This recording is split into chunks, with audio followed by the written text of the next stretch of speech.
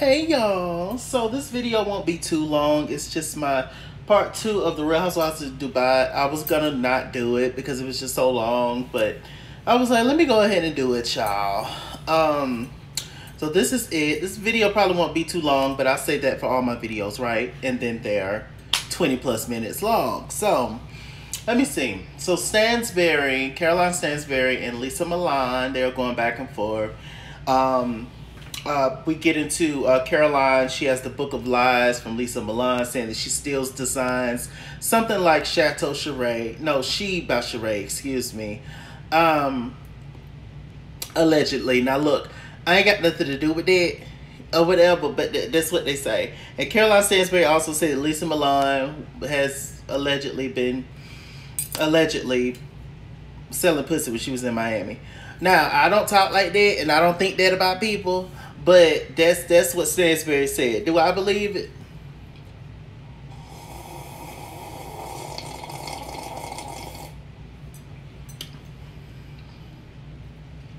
We can move on. So, yeah, but anyway, so yes, and you know, Caroline was defending herself. She says that Lesa Milan constantly talk about her, etc.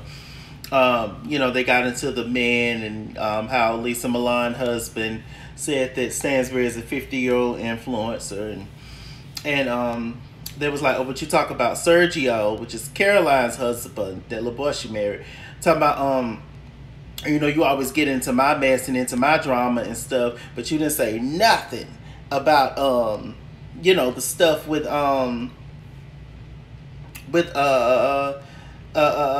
you know, basically saying, Lesa was saying, Lesa Milan feels like Caroline's husband get into the women business. And then Caroline said, well, Lesa, your husband said that I was a 50-year-old influencer. Now, Ayan was like, come on, Caroline, you are a 50-year-old influencer. I screamed. The stuff that comes out of Ayan's mouth is just so funny. It's the way she says it. It's the accent. It's the intent behind it. It's just all of it. It just works. Ayan, Chanel Ayan is reality television gold. She is one of those people that's just made for this kind of stuff. She really, really is. It's gonna take a lot for Ayan for me to be pissed off with Ayan about something. Hopefully she don't take me there, but it's gonna take a lot. I really, really like Chanel Ayan. Anyway, what happened after that? You know, Lesa and Nina, they were getting into it. Apparently, Lesa and Nina have been knowing each other for the longest. They hung up on the fact that Nina has said all kind of awful stuff about Stanbury. Nina has said that all kind of awful stuff about Stanbury to Lesa and the rest of the girls, but now Nina's all up in Stanbury's ass. And so they feel like it's fake, and they're trying to figure out what's going on, because Nina and Lesa was good friends. They kind of took Nina's side, and they kind of took her stance of Stanbury and believed it, you know, without even, I guess, really knowing Stanbury on her own. And so, yeah, and so, you know, it was issues with that and going back and forth, and they really didn't get anywhere in that first part. Nina gives me very much that she's cool with not being cool with Lesa and Ayan, because she's still going to have Sara, and she's still going to have Caroline Stanbury. And what's the difference between Caroline Stanbury and Lesa Milan? Okay, which one do you think is the one that's up here? Not saying that that's actually a fact, but the way the world works, y'all know what I'm saying, you know. And then on top of that, apparently Caroline Stanbury was on the show called Ladies of London. I think they still have it, I don't know. But she was on that show, and apparently it was talks that Lesa Milan, that Caroline Stanbury was going to be like the HBIC of the show and all that kind of stuff. And so they already had preconceived notions about her, etc. So, yeah. Honestly, this is a full cast of women that's just getting to know each other, it seems. That's really what it seems like. minus like a few like connections in the crew. nobody's really that much connected that they're not willing to get down in the gutter with one another. And it just seems like everybody's learning each other. Everybody's learning each other boundaries and all that, because it just seems like I just don't feel a legit connection between anybody on this cast. I just feel like people just cling to the people that look like them, or people just cling to the people that act like them, or you know, is similar to them in some kind of way. Like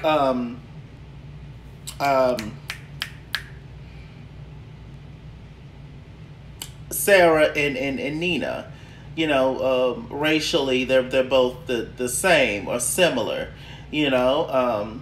Lesa and Ayan, you know, and Caroline Brooks she just bounces from, you know, group to group, starting mess. And you know, Caroline's not loyal to anybody in my opinion, but she, you know, is more loyal apparently to Caroline Stanbury. So I'm like, it's just very interesting. It's very interesting. But anyway, the friendship dynamic that I like the most is probably Ayan and Lesa Milan. But I also like them the most, probably, you know, out of everybody. But I don't dislike anybody, but you know, it's just certain people who, you know, I just honestly, I could watch an Ayan show by herself.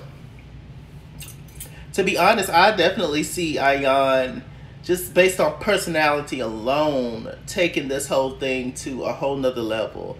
And I definitely see eventually everybody turning on her because they're jealous. Because Ayan is that girl.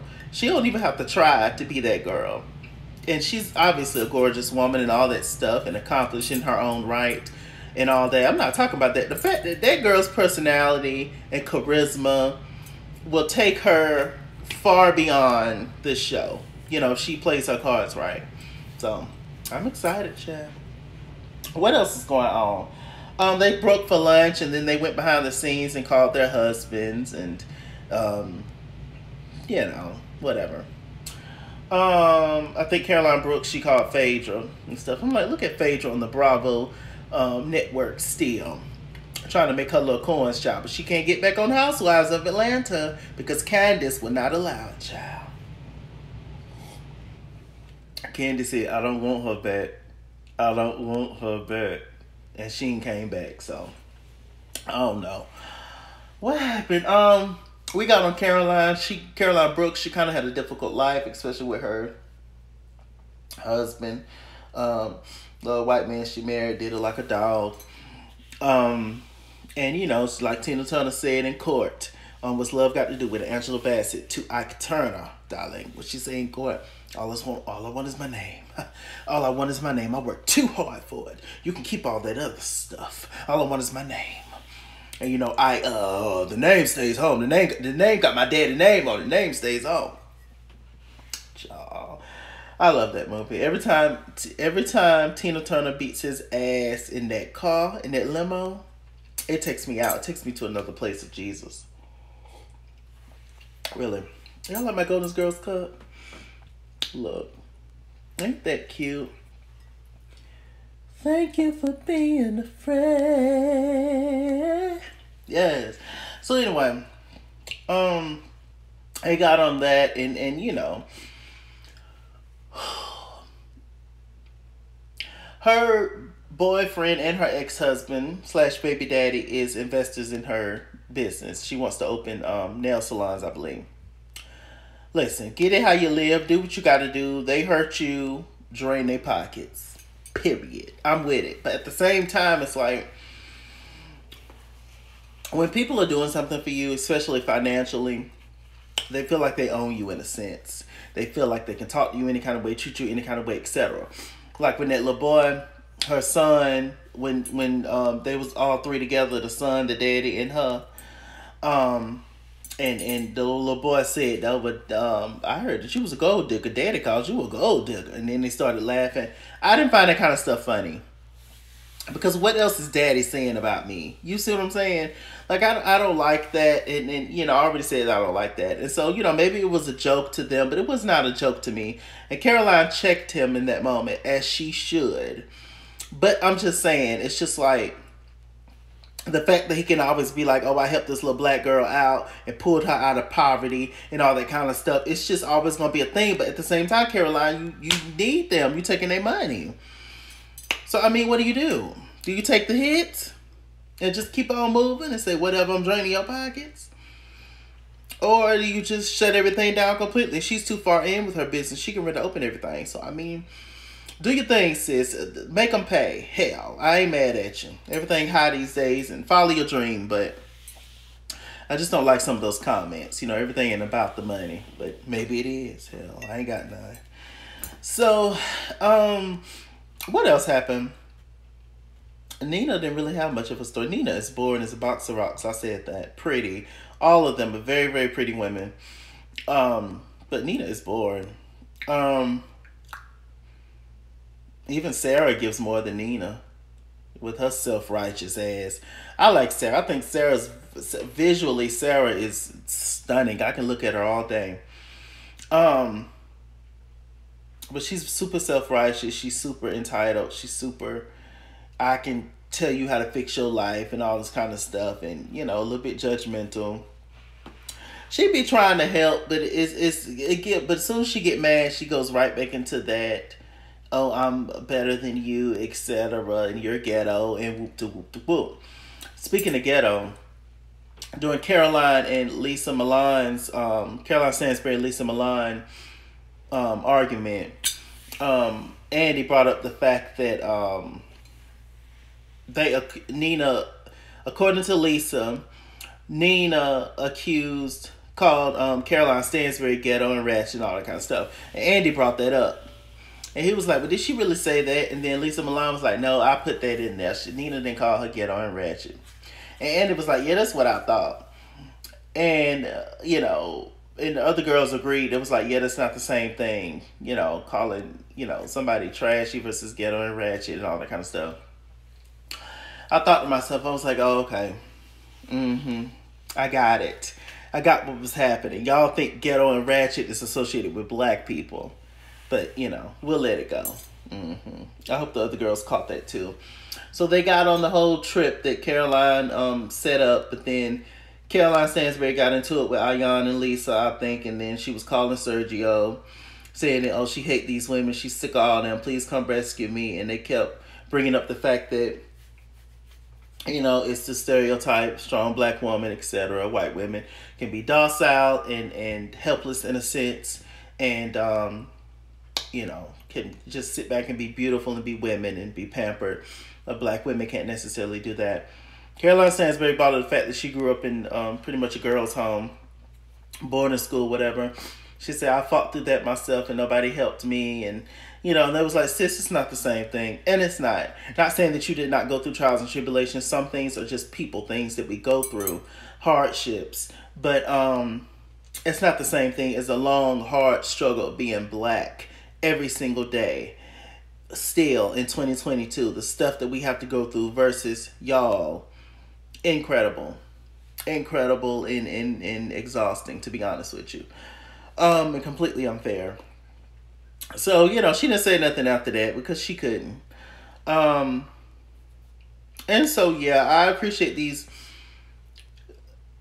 conversations of race and ethnicity and culture and history and all that that these shows give. They're just all very brief. They're very brief. They're quick.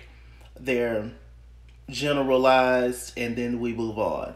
I do want more conversations like this, little short clips on YouTube or whatever of just people talking about this.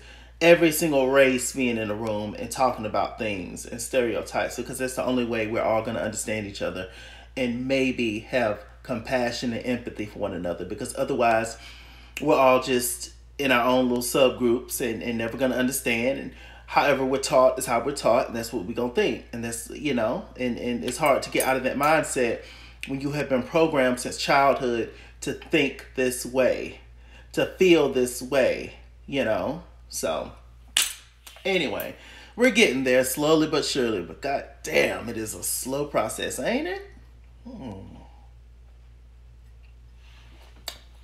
The best part of waking up It's Folgers in your cup. Starbucks too damn high.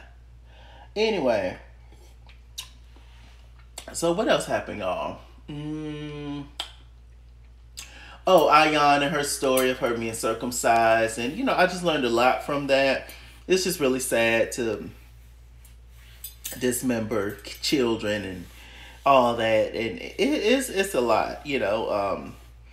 But Ayan is a very strong woman. And she has all that charisma and funniness in her. And she's able to get through life in that way. And I love that moment.